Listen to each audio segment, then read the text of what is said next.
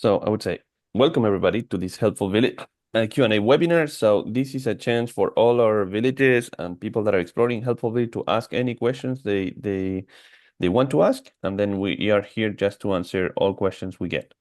The preferred method for those questions is that we ask people to send their questions by email ahead of time. When they do that, they send it to hvusers@helpfulvillage.com, and we get all the questions during the month, and we put them in a Google Doc like this one. And then Anastasia is going to share the link to this document on the chat, so you can also look at this document. And this document contains all the questions that will be discussed today in order we receive them. So you can see if your question is coming up, and then we just take one by one. If you have questions during the webinar, please feel free to unmute. We want to make sure that everyone understands all the concepts that are being discussed in full. Obviously, ask your questions if they are related to the topic we're discussing. If they are unrelated, well, maybe you should wait until the end of the, people that are in line for their questions. So let's get started right away. Okay, so this is first page, a few reminders. This is where you send your questions. And then we're mentioning in Slack, which is a different tool. And I think this is the first question we have. So we have a chance to clarify what Slack is. So the first question of today is by Lee. Lee, I saw you're in attendance. So we're usually, when the person that is asking is in attendance, we ask the person to ask the question themselves, so that this is more interactive and it's not only a monologue. So Lee, do you feel comfortable reading the question for the audience? Sure. Could you clarify the role you see for the Slack application versus the options that are accessed via the Helpful Village support webpage, Uh-huh. Yeah, support.helpfulvillage.com? absolutely. Thank you for Uh, asking. So, the mhm, two examples that come to mind, the mm, Slack site has channels for both bugs and mhm. improvement ideas, which Yeah, I think you also have yes. on the support website. So just Mhm. what do you expect folks to put in each? Yes, perfect. Yeah, I'm going to show a little bit of each, and that's good. And then here, I'm going to show this. Sabrina. Welcome. Okay, so this is our website. This is helpfulvideo.com. And then if you come here, if you forget where these resources are, you can always come down here under Village Software, and then you can click on Support. And then when you're on Support, you see all these different resources available. There is the Help Center, there's a training guide, there's community support, and other things. And then from these things, when you have a problem or a bug, we invite you to go to submit a ticket. And it's actually the same thing at the Help Center. Help Center is under here, support.helpfulvillage.com. Actually, this is how we see the tickets on our end, but you would see it more like this. This is how you see it. And then here you can ask a question, for example, about how does Stripe work? And then when this is how you look for documents, and then you will have training documents that explaining some of these questions. If you find the answer to your question, you'll find it here.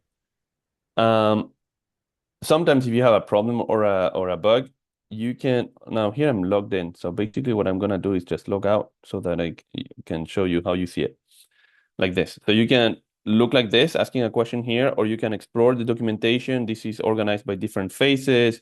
If it's a question about membership, village talks, service requests, going to be here. It's about the website menu manager is going to be here, and here you'll find a long list of training documents. If none of these documents answer your question, you come here and you submit a request on the top right, and then here's where you post your question. Here's your email address,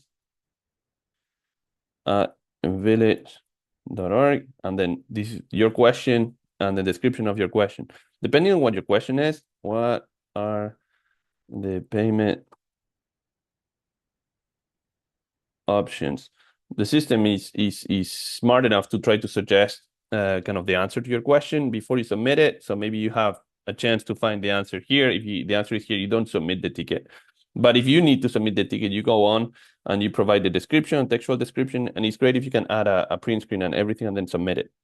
So, um, so this is one tool, right, which is the Help Center that is connected with the ticketing system, which is support tickets that you open, and then you'll be expecting a response from us. And then there is another tool, which is Slack, for those that um, I mean, Lee mentioned it, but maybe some people have never come here. If you have not heard of this and you're one of our customers, please, you can request an invite and we will welcome you here. Slack is more, so basically, a ticket is more of a one-on-one interaction between your village and our support team, right? So while there is a problem with the membership payment of this person that happened on that date, and then we're going to study that particular case. And this is more of a public forum, semi-public, let's say. So this is a discussion space with other villages. So basically here on Slack is where we post all the messages. Let me see here. And now, oh, he's here. Yeah, it's the wrong button. Here where we put all the announcements from Helpful Village, we put the recording of the webinars, is kind of this. So basically the messages that are shared with all Helpful Village customers are posted on Slack. And there are different channels, as Lee was saying, for different discussion topics. So announcements is essentially where Helpful Village is going to be posting just messages that to let everyone know. And then we can have villages that are discussing different things, and people that can be discussing best practices. There's a general discussion group where villages come here and they say this. This is a good example. We're updating all our policies and procedures. It would be great to see examples of what other villages have done. So basically Slack is a space where you can talk to the community of villages using Helpful Village. Sometimes even when you have a question about Helpful Village, you can post it on Slack, right? And then other village leaders that are experts in using the platform because they have been using it for a while, they can give you an answer. We are here to also monitoring this, and then we can provide some answers. But it's the interesting thing here is that sometimes you have a question and another village has replied and gives the answer even quicker than us. So it's a discussion group. The Slack space is just a conversation and it's more public. We ask you to not put any details of your members or service request or anything specific about your members on Slack, because this is kind of semi-public, shared with other villages. So everything that is general conversation, open to for discussion with other village leaders, or a general question about how do they, for example, what are their policies and procedures, something you can put it out there and maybe a village will respond. Maybe sometimes they don't respond. Here we didn't get a response to this question, and sometimes we do. Sometimes Colin was sharing here some resources about AI and older adults. And then Mary from Capitol Hill was saying something about the answer we got from, because we recently activated AI responses for some tickets, for repeated tickets, and then she was saying how it had helped her. So all of this is kind of more of discussion that can be interesting to other people, should be posted to Slack. And then everything that is a one-on-one ticket, like, well, we have a problem, or there's a bug in page 3, and this is the member, it happened, and everything that contains specific information should happen through the ticketing system on the Help Center. Make sense? Lee, what does it clarify the? I followed what you were saying. I Uh-huh. guess let me try my question more directly. Uh-huh. If we have a bug, if we notice a Yes. bug with the software, Uh-huh. should we put in a support ticket or put it in Yeah. Slack? Yeah. So we will all general for us, the way it's a good question. And then it's also interesting for you to see how we manage those, right? So we are always looking at tickets, because tickets is kind of problems, right? A bug or something. It's like something we need to fix. So we're gonna be finding it quicker under support. And then because here sometimes more open questions, and then it's like, okay, maybe somebody else is going to answer, etc. So we're going to find it quicker here. If it's Okay. something you want to let other villages know about, something like, oh, well, the new feature that was launched, we realized that it handles this situation in this way rather than the way it was doing before. If it's happening to us and maybe not others, for example, today we should have come here on Slack and say, hey, we're installing the deployment, and then you can basically hear from other people. Okay. So, but the way we handle it is like, for us, is like supported, like, oh, we need to solve a problem here, right? And then sometimes when we're done with problems, we also keep an eye on Slack, but it's more like, well, there is some conversation and chatter on Slack, so let's see how that goes. If we have time to answer some questions, go on Slack, but basically our first priority is support. That's maybe the best way to answer it. Okay. Yeah. And for improvement ideas, I guess it would be Uh-huh. the same general theme. Like Well, if you want to actually, for discuss, improvement, exactly. So basically, the way it happens is like you have a channel here for improvements, here, improvement ideas. And then basically, this is interesting. Sometimes if you want to have feedback from other villages, what they think, because sometimes we hear about an improvement request from one village, but we don't know if it's something that only one village wants, or if five or six, etc. So it allows us to gather more feedback before implementing it, because sometimes a village wants to go in one direction and another village says, well, that direction is not the way we operate. So basically that discussion can happen on Slack. But then once you have your own request, for us, the more official way to get it is that you go to ask.helpfulvillage.com, helpfulvillage.com, and this brings you to a form, and this form is kind of the more official um, kind of record of the improvement request, right? And then obviously maybe the flow would be you can potentially put an idea out there, discuss it with other villages, and try to see, if you get more kind of support or other villages that have a similar request, and then or gather some feedback about if this is a good idea or not a good idea, and then just this would be the second step, which is kind of formalizing the improvement request on ask.helpfulvillage.com. And here he's going to ask who you are, what would be the improvement, and then why, what should the improvement be about, and then how does that help? Does it save time at the office and other things like that? So yeah, so basically Slack is more of a discussion, support is more for bugs and problems, and then ask.helpfulvillage.com is for us to make improvements to the software. great. Mm. Thank you. That's helpful. I appreciate it. Well, yeah. Perfect. So we can move on to the second question. Second question is from Foster City Village, Stephanie, and I don't know if Stephanie's on the call. I didn't see her. So I can read the question. Say, hello, I would like to add a public page on the website that features words of gratitude and the logos of all organizations who support Foster City Village. So hopefully this would be helpful for other villages to learn. I have the main idea of how to do it, but the more I see it done, the more it sticks. Okay, so she's asking for some help with a website building, so I'm gonna do that quickly here. So we go on demo. You have this menu where it contains different pages, the home page, and then there's a menu where you have access to different pages, for example, partners. And then you can have text and pictures explaining something. So I understand that she has this, and then she wants to add a new page right here that she didn't have before. I didn't remember what was the page about. What was it? It's well, we can call it words of gratitude, I guess. So let's do it together and add it to the website. So do this quickly because some villages are well familiar with this. So the first thing I would do is this. I go to settings. I come here to website, and then there's editable pages. And this is a list of editable pages. There is a short here that goes to features. And at the bottom of this page, there's a new editable page. So we create a new page and we call it words of gratitude. Who can read? For now, this is where you manage if you're working on this page, only admins can see it. Or if the page is ready, you would change it to public. Or if it's a page that only your members can read, it would be what members can read. But now, for now, I'm working on it. And then this is how you create a page. I go here. Oops. I go here. I say words of gratitude. I'm gonna make this title heading 1. Okay. And then if I go down here, I'm gonna insert something. I can do this insert to make it more fun. You can insert some templates here. There's template with pictures, I think. Yeah, you can do this. Well, or these different templates with different designs. So you can have, I can do 3 columns with pictures. Poof. And then I have 3 columns. And then if I want to change these pictures, you can come here and you can upload your own picture. And while I'm here, there is a new feature we're deploying this month, is that you can you can upload a picture from your computer. And now we added this month also the possibility to have a pictures library. So you can also come here, use this button.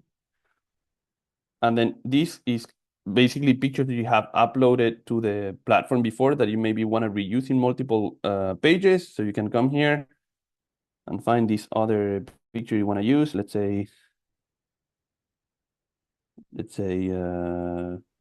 want to use this one. You click select. And then here I'm gonna change the size because I don't like that size. I'm gonna say there's 250 and 250. Save.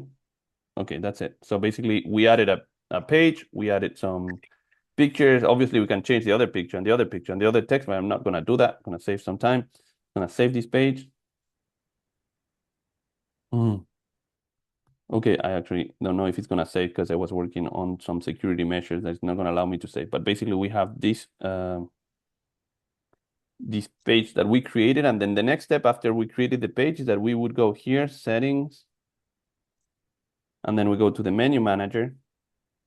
And then in the menu manager, you choose on what part of the website you want to put it. If it's on the public website or in the private menu. The private menu is what your members see when they're logged in, the menu. So basically this menu here is different if you're logged in or not logged in. For people that are not logged in, it's the public menu. So you can come here and you can add an element um, and there is different arrows. So these vertical arrows is reordering that pushes this one up or down, and this one can only go up because there's nothing below it. And then this oblique arrow is that it adds a child to the about page. Or if I do it here, right? So you see about us, and then it has organizational info. It contains 7 things, including newsletters and partners. So this is the same thing you see here, organizational info, partners, and then newsletters. So if I click the oblique arrow, and then I call it words of gratitude. And then you link this new menu item to an editable page. And then here's where you would find the other page that I was showing you, words of gratitude or something else in this case. Is linked to this other page. So this is first you create the page and then you add it to the menu, linking the menu item with the page you want to link to. So basically now you change the menu and it goes here to words of gratitude. Okay, so that's it, creating the page and then linking it on the menu manager. I don't know if there is any particular question about doing this, creating pages and basically managing the menu manager. Stephanie is not on the call, so if there are no questions, we move on to the next one. The next question is from Pat in, I think this is New Hampshire. And then I don't know if Pat is on the call. Anastasia, do you see her? Maybe you did not see her. If she did not see her, I can read the questions.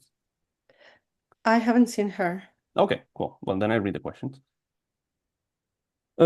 Questions. So this is a village that is starting. So these are this question from a village that is starting. So basically, volunteer categories, how to delete the unnecessary ones. I'm going to show that here. When you have a volunteer,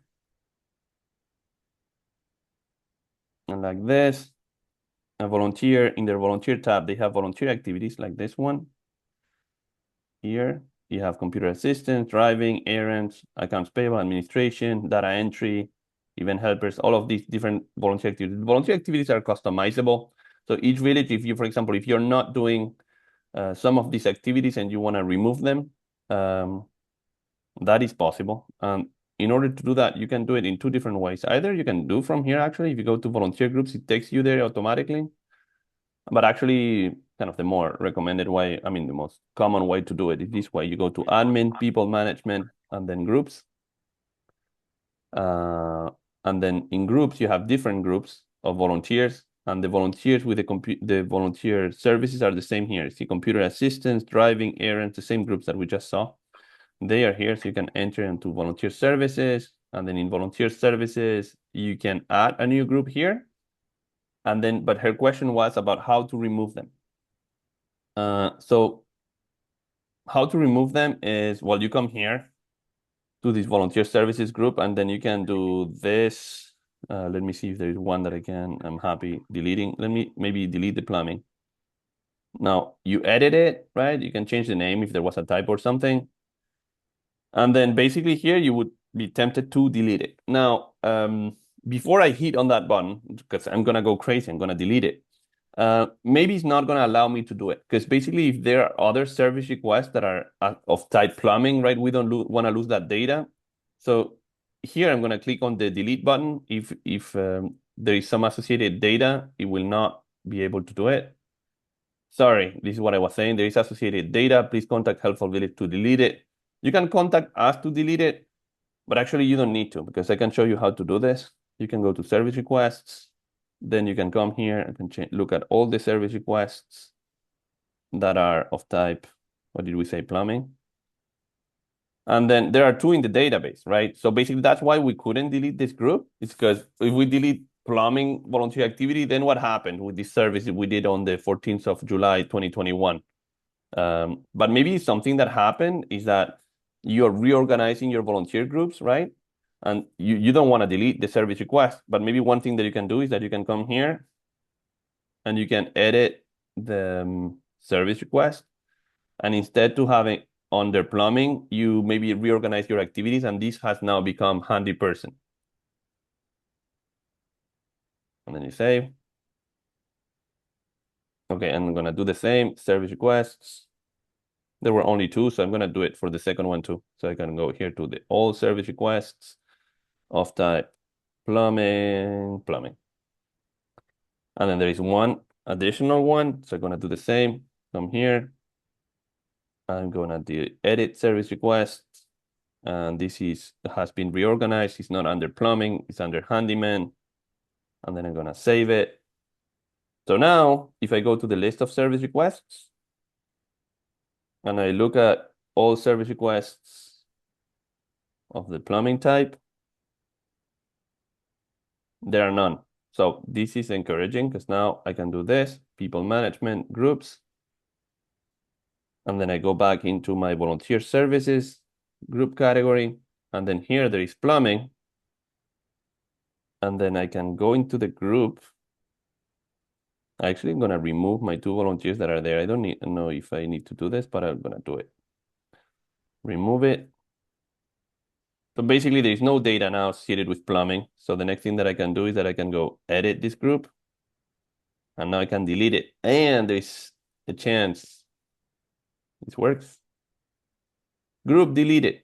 So it's no longer there, right? So now it is not here. There's no more plumbing. And obviously it disappeared from everywhere, right? If you go to your service requests and then you're gonna look here at plumbing is gone because it was deleted. You see, it cannot be found. And then also if you look at the volunteer,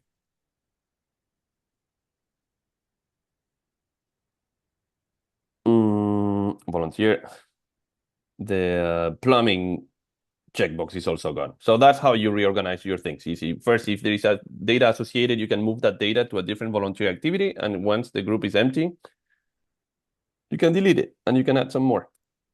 So that was for this question. If there is something not clear, because I know I go a little quick, but the webinar is recorded. If you find it's too quick, what I'm explaining, there's 2 chances. One, you can watch the YouTube recording. You can change the play speed. You can, if you put me at 0.5 speed, it would be the normal speech of a normal person. So it would be wonderful.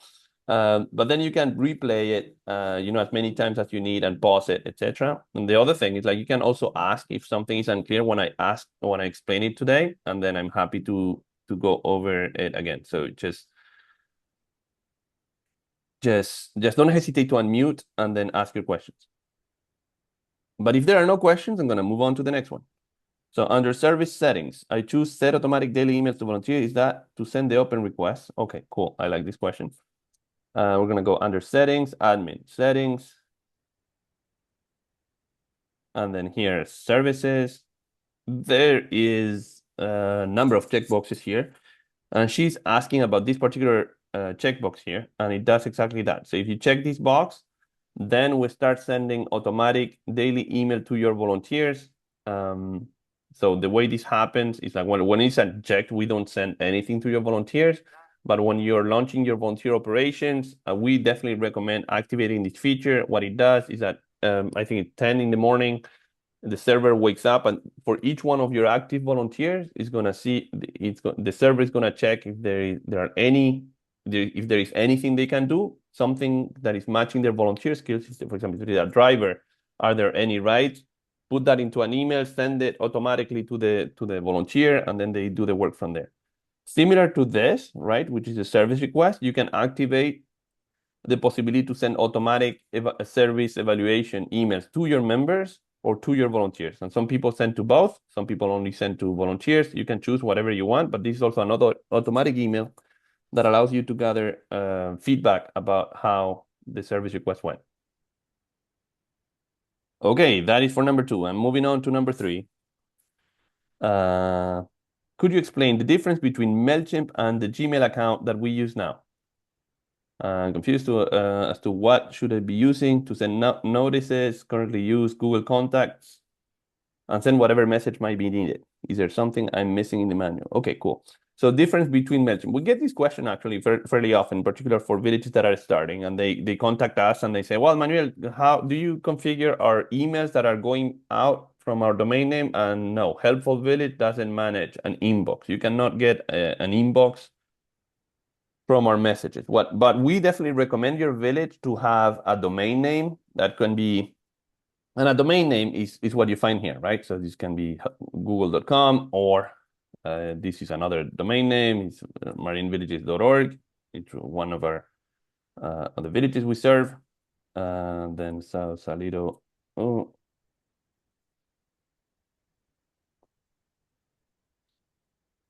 Oh, this is kind of slow. I don't know what's happening. Oh, there you go. Oh, wow. This doesn't make me happy. Okay. Maybe I messed up with the deploy I did this morning, so I'll check this. Boo. Okay, that makes me nervous. Anyways, I need to keep going. So we don't do email, but when you purchase your own domain name, we ask you to purchase. The purchase of a domain name is something like, it costs something like $12 a year. And then once you have your domain name, we recommend you set up this Google for nonprofits. Google for nonprofits. And Google for nonprofits. Boo. Maybe this one is better. And then when you come here, you can ask for get started, and then you ask for a Google Workspace, and this gives you a possibility to manage your email. And those emails will be, Manuel at whatevermyvillages.org, and then you have an inbox. You can send it with them.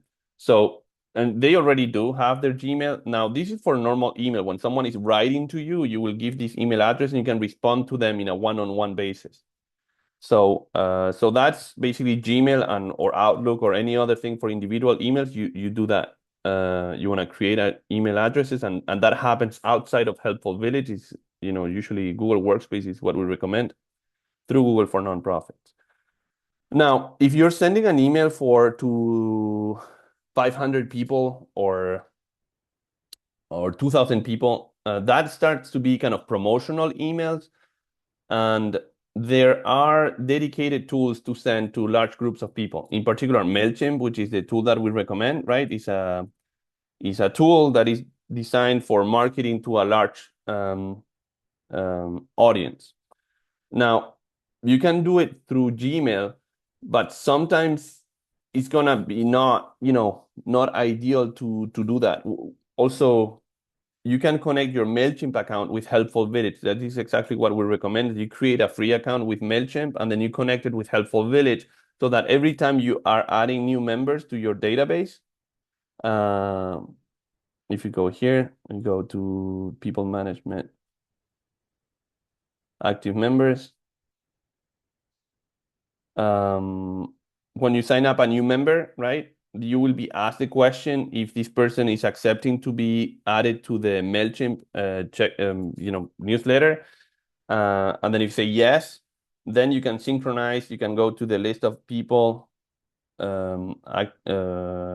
people groups, mailing lists, and you go to active members, and you can synchronize this group, right?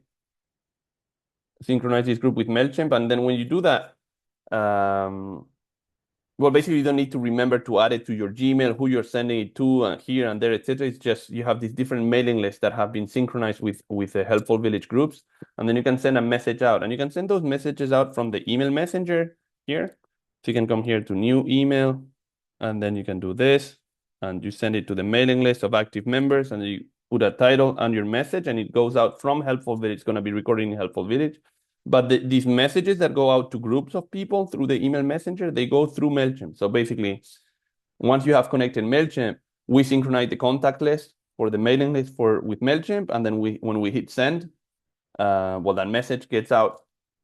We ask Mailchimp to distribute this to the mailing list, and then we have statistics about how many people open the email, how many people click on the emails, etc. So basically, Mailchimp. So in a nutshell, if I can summarize, we recommend having both things. We recommend setting up your Gmail account, and you would mostly use it for individual emails to one person or to two people, etc. Carbon copy or something, and you would use Mailchimp connected with Helpful Village to send it to groups of people, larger groups of people. When you are sending a message to 100 people, 200 people, 500 people, you would need a tool like Mailchimp. Now, can you do it with Google or Google Contacts or something? I guess Google must have a tool for that, probably not as specialized as Mailchimp is. So if it's working for you, you can keep using it. It's just easier and more effective if you do it with Helpful Village and Mailchimp, because those work together. We definitely don't send mass email through Google email or Google something. Okay, so that was for the question between Gmail and Mailchimp. And the next question here is uh-huh. Mama, hi, it's Robin. I just put a quick question in the chat. Mm-hmm.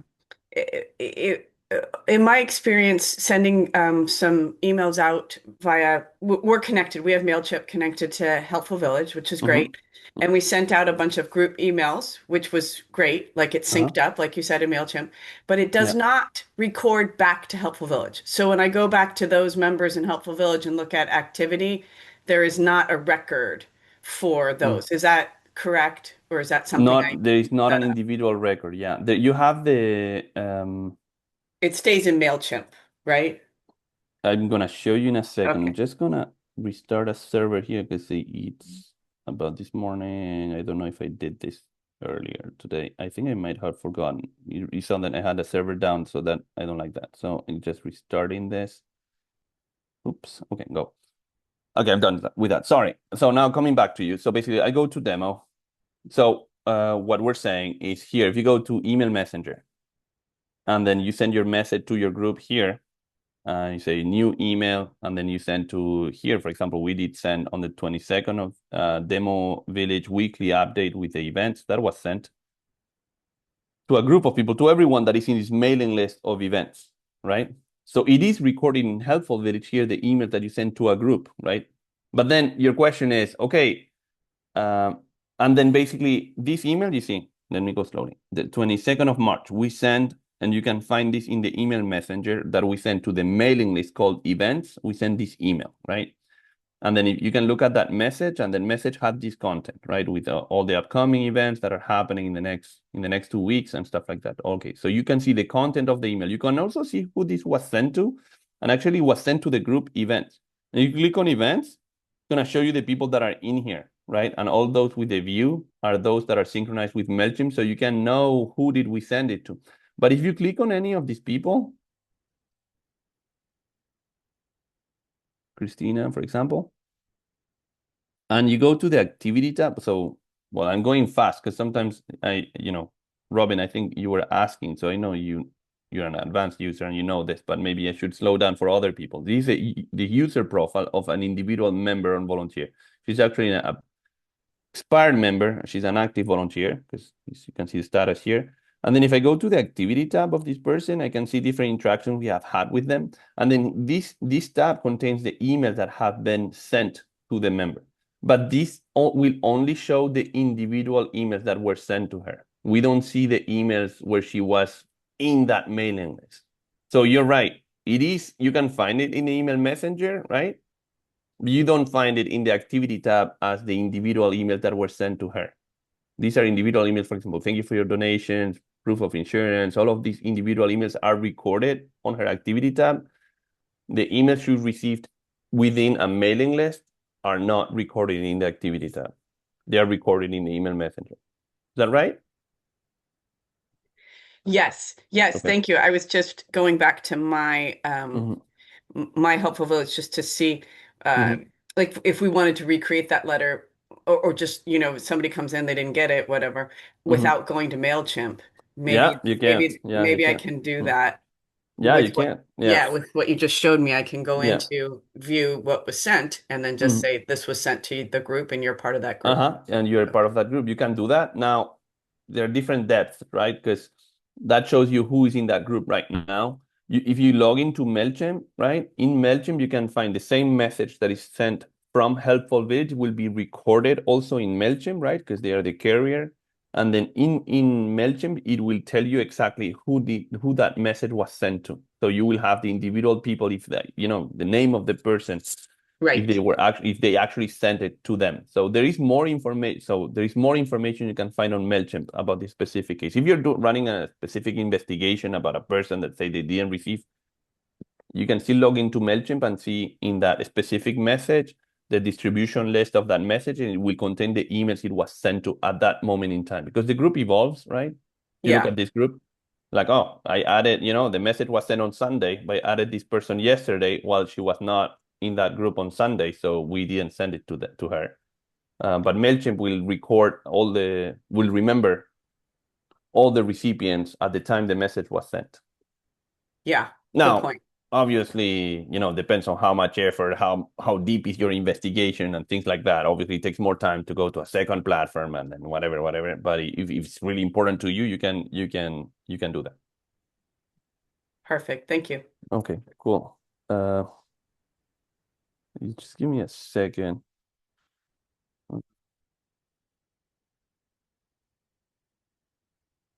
I did a deploy this morning, which was a terrible idea. Right before the webinar, but that's okay. Let's keep going. Automatic. Okay, there's more questions here. Deleting service groups. This was answered already, right? Is they were trying to delete a service group or a volunteer activity, and you get this message say, "Oh, it still has associated data." But I showed this 10 minutes ago. It means there are open service, there are service requests associated, so it's a good thing that we don't delete it until you move that data to other volunteer groups. So I just explained this. But this is just when there is no data linked to the group, you will be able to delete it. So this example, perfect answer to that same question. And I demonstrated. So we wanted to do both things, give the textual answer and also show you on the platform how to do it. This is the question about the daily volunteer emails. We already showed this. And then Gmail is also a summary of what I was saying. This is manual emails, no tracking, not connected to Helpful Village, and Mailchimp is sent through the platform, used for group of emails, newsletters, etc. Oh, cool. I like it because this answer is from Anastasia, and her answer is better than my answer. But my answer is live on video on YouTube, so that is good too. Okay, next question. Next question is Robin in Petaluma. How do I set up an email template to automatically send a thank you email to anyone who donates on our website? We used to have it, but it stopped. I'm not sure why. Okay, so let's go check it. I go on demo. So the way to set up those email templates are really important. So if you're a new village or if you're a member, a leader with a village and you have not checked your email templates in a long time, you should go here. So basically you should do admin, settings, and then here you go email tab, and then on email tab, there is email templates. And under email templates, there are different email templates. You can create as many email templates as you want. And then these email templates, you can call them any way you want. And then you can associate it with the automatic task. So basically, if I go here, this auto task, right? It's kind of an event that happened on the server. For example, we have a template of type donation that triggers when this happens, when there is when we need to trigger a thank you for your donation. And this is the name of the template, which is thank you for your donation. And then there is other templates here on this list, right? Which is the renewal notice. You can send 30 days before expiration date, all the things, confirm membership renewal. So basically, these are automatic emails you can customize for different actions or different events that happen on the server. The one about donations is exactly this one. Thank you for your donation. The way you make this work is that you edit an existing template, and you don't have a template for a specific task. You can come to the bottom of this page, create a new email template. Let's do that here. And you can say this, thank you for your donation. Now, the title of the template is the title of the template, but it's also very important. It's also the title of the email that will go out, right? Thank you for your donation. And then here you say what category of template this is. So if it's a template about membership, you have different actions you can associate it with. Kind of renew notice, 1, 2, 3, confirm membership renewal. In this case, Petaluma was trying to review their donation templates. So the donation template category has, you can associate an email with two actions, which is thank you for your donation and thank you for donation too. So basically you just set it up. When it's ready, you write the content of your email. I'm not going to type the whole thing, and then just you save it, and then it's ready. So basically, in order to make sure it goes out, you need to look in the list, right? And the list of email templates, and you need to make sure that you have one thank you for your donation auto task. You can have a second thank you for donation too, because some particular village needed to send two emails for some tax reasons. I don't remember. So if you need to send two different emails, you can associate two different templates with the donation, and then other email templates. So yeah, and then once you do that, Is there descriptions in the help documents on what these auto tasks are and how they work? yeah. Okay. So it's an excellent question. I don't know in the documentation. I don't remember specifically.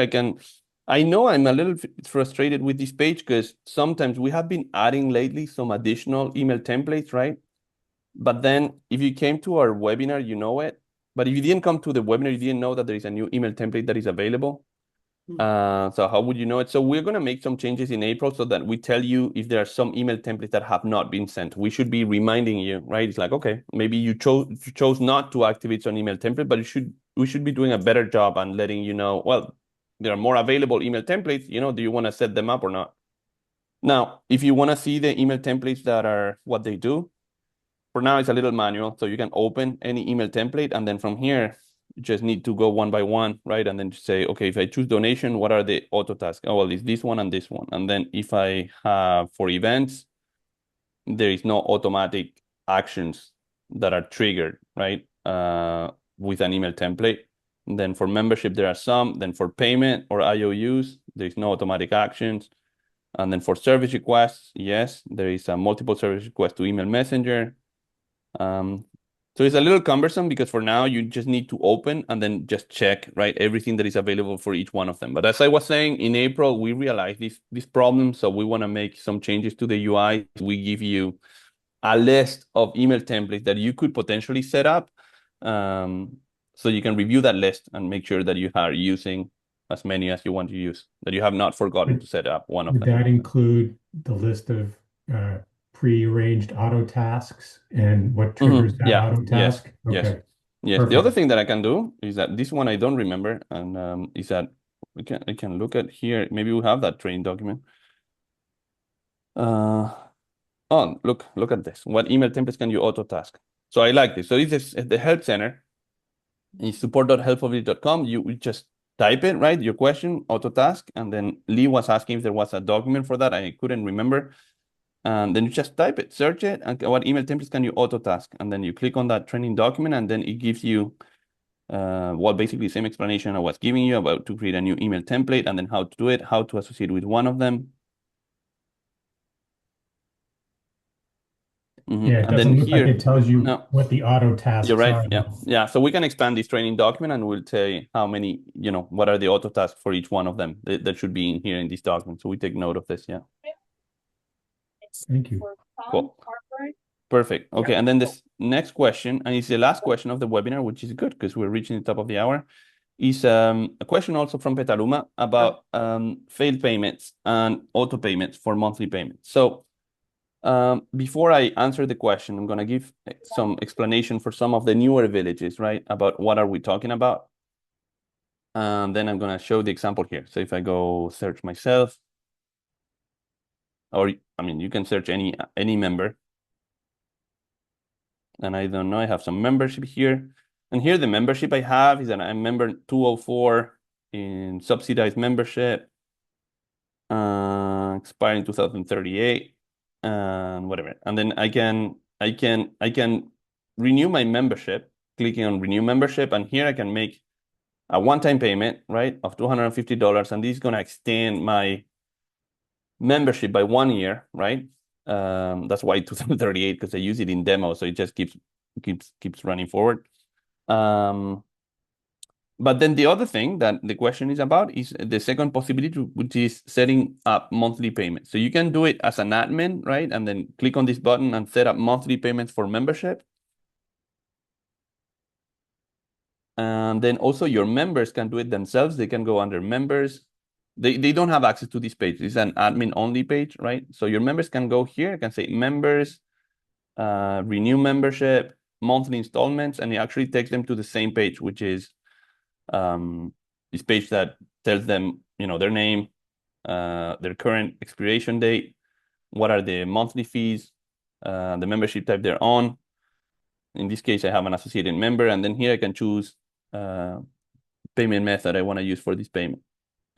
Now, okay, so that is context. So that is basically what these monthly payments are for.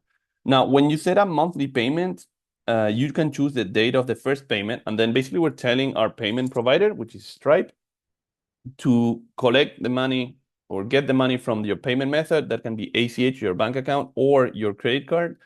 And then, for example, you say, get the money every month on the 5th of the month, right? So Stripe is going to go, they get the money. If it is successful, they get the money from their bank account, they send it to your bank account minus the fees, and then they let us know about it. So we're going to record on the member profile here under payments. We're going to have a line here for the renewal monthly payment. Well, this is the annual payment, but basically if we have a monthly payment, it will also show here in the user payments. We do a number of things, actually. We do that. We also are going to update the membership expiration dates, or actually not the expiration date, but the paid until date when we receive that payment. All of that is when everything goes well. So it's under here, under the payment tab. The payments arrive here on your list of payments. Now, that is if the payment is successful. But sometimes credit cards get stolen or reported stolen or something, and then basically the payment is unsuccessful. So when that happens, Stripe cannot collect the money. They let us know that the payment was unsuccessful. We immediately send an email to your admin, letting them know that it was an unsuccessful payment, and we send you an email saying what's the reason Stripe gave us for it. Reasons can be reported stolen. Reason can be, well, the bank denied it because the bank had a bad day, or any other reason that they have. And then basically you talk to your member and then change the card if necessary, or whatever other situation there can be. But now, a Stripe can have an unsuccessful withdrawal, and then sometimes can be temporary because the bank is not clearing the credit card transaction. So Stripe will automatically retry withdrawing the money, right? Even if the first time is unsuccessful, they will try again. Actually, let me try on another person on demo. Let me see if my mom, I think, has the automatic payments activated. Let me see. She is, yes. So she has a monthly payments active. If you look at her membership tab, when we have membership tab, you see that some of these things we cannot change. Also, we got this question this week. Like, I want to change her membership type. Well, we don't let you change the membership type. Well, she has monthly payments. So if you want to change the membership type, you need to stop the monthly payments and then change the membership type, and you can reactivate it again and activate monthly payments somewhere else. But basically here she has monthly payments activated. If I go to the payment tab, I can see here that we have been receiving renewed monthly installments, 4th of January, and then this and that, and then obviously there's a lot of test data here on them. Now there is another thing that happens is that she has on the pay tab, you can see the subscription. This is the monthly payments that she has activated. Here's demo also. So she has previous monthly membership subscription she had, and now she only has one active monthly payment subscription that is active. So it's the same subscription, the same thing that she has here for membership subsidized 50 is coming from here. She's in a membership type subsidized 50, and then basically that means that she has a payment subscription for this membership. If you cancel here her membership, the stop monthly payments now is also gonna cancel the subscription in payment. So these are both the same. Now, coming back to the question from Robin. If the payment is successful, the money is withdrawn. If the payment is unsuccessful because the bank is not giving the money, then Stripe is gonna let us know that it was a failed payment. We're gonna send an email to you. Stripe is gonna retry again, withdrawing the money, and then retries again. And then after they tried a few times, I think it's something like 3 times, they will not keep retrying 1,000 times. So just if it's too many unsuccessful because the credit card was stolen or something like that, just Stripe will change the status of the subscription. It will go from active to I don't remember the specific name, but it was kind of canceled, or I mean there are multiple statuses. First one is due, paid late, or payment due, or something like that.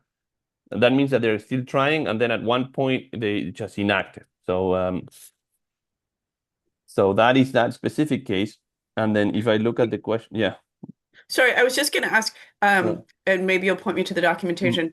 Is there a place where I can look up those statuses? Because if you go back to your mom's account, sometimes I go in and I see these new statuses and I'm like, oh, I don't know what that means. So, like you said, active, cancel, and then if you scroll down below that default payment type, that's new for me. Wait. What default payment? Not in subscriptions, but in payments. If you keep scrolling down, see that default payment source, that's new to me, and I don't know what that is. So I would love to have a resource I could look that up and say, oh, that means this.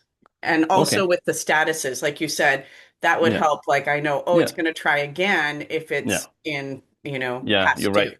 Yeah. You know what? I think we should do a note, and also we should have that here in the support. So basically, since payment, I want to try that. I don't know. We have that training document, but definitely should be here. Payment. By the way, this search field is the same as here. Stripe. I think it's not there actually. The document, just searching, right? Just in case it would be there. My assumption is that it's not there, but we can add it. Yeah. And I know it's pretty dynamic because you're dependent on Stripe. But it's okay. There is just a few statuses, so we can create a training document. It's pretty easy. So we make a note also with Anastasia, and then basically for next month we need to have that page here added to the help center, which is good because the help center is alive basically. It's like depending on the questions we get, and then the information you need to run your operation, we should be adding training documents here, so we can add that for next month. Okay. But if I understand you correctly, it seems like if there's a failed with payment, it will change to, a different status like past due, and it'll keep trying. And then when it's done trying, it'll say canceled. Account for inactive or something like that. Yes, there is two different status, but we're gonna look them up so that you have the exact denominations, and then we put that in the training document. But yes, that's it. Yeah, past due is still trying. Yes. Perfect. Thank you. Cool. And then also because we're talking not only about the payment method, we're talking about the subscription, right? So basically something that happens sometimes if the card is reported stolen. Robin, I know you know this, but it's essentially for other people. If the card was stolen, right, on my mom, here, well, there is no chance that card will work again, right? Because reported stolen is like, potentially can be used by someone that is not good. But basically you have the possibility to come to her profile and then update the credit card. And then maybe she got a replacement credit card with a new number. So you can do that. And that will update the credit card we have on file, and then the subscription will reactivate. So in the next try that we do, it doesn't mean it's trying on the same card, it's trying on the same subscription. Well, just maybe too much detail, but yeah. So basically, this is another important feature is that if you have a stolen card, you can search in the pay tab. There is a button to update the credit card of the person, and obviously when Stripe retries, it will be successful, and then everything will get back to normal. It will not be past due anymore. Cool. Perfect. And then now that I checked this, I just finished speaking at what is in California noon 00. So this would be the end of today's webinar. I am not gonna eat right now because I need to check on my servers, but I wanted to thank you all for coming today. And then if your server has any issues, you just know that I'm working on it right now. We did a deployment this morning. I probably forgot a comma somewhere. So that's gonna be fixed right away. Thank Okay, you. everybody. Thanks.